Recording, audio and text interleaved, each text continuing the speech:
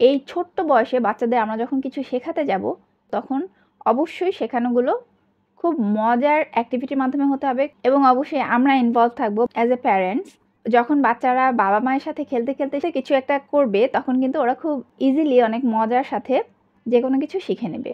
আর এগুলো শেখানোর জন্য প্রতিদিন আমরা অল্প কিছু সময় ওদেরকে নিয়ে বসবো।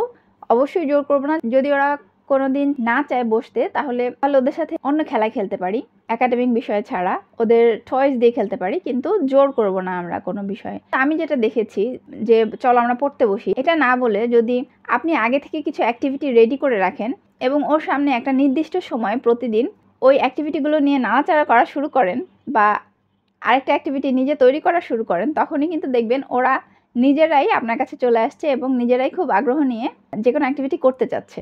সো আমরা পড়াটাকে ওইভাবে গদবাঁধা পড়ার মতো না বলে যে আসো পড়তে আসো এখন পড়ার সময়, এভাবে না বলে বাচ্চাদেরকে যদি বলতে পারি যে আসো আমরা আরেকটা মজার খেলা খেলবো, এবং আপনি যদি ধরেন কালার করা শুরু করলেন অথবা কোনো একটা ফ্লাওয়ার আঁকা শুরু করলেন, ওরাও কিন্তু দেখা যাবে পেপার পেন নিয়ে বসে যাচ্ছে এবং তখন আপনার অ্যাক্টিভিটিগুলো খুব ইজিলি ওদের সাথে ইন্ট্রোডিউস করতে পারেন। প্রতিদিন অল্প অল্প কিছু টপিক আমরা বাচ্চাদের সাথে কি খেলার ছলে করিয়ে নিতে পারি, তাহলে এই অল্প অল্প থেকেই কিন্তু আমরা দেখতে পারবো বছর শেষে বাচ্চারা অনেক কিছু শিখে নেবে। তাও জোর করে না, তাও অনেক মজায় মজায়।